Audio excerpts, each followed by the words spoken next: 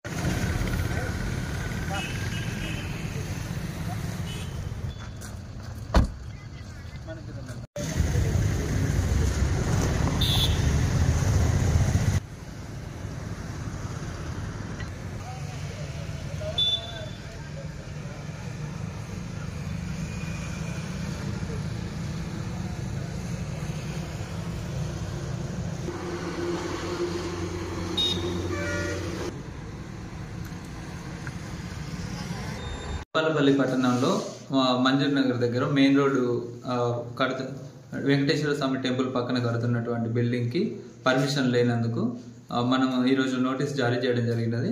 7 days time ఇచ్చి తదుపరి యాక్షన్లు మనం మున్సిపాలిటీ ఆఫీస్ నుండి తీసుకుంటాము.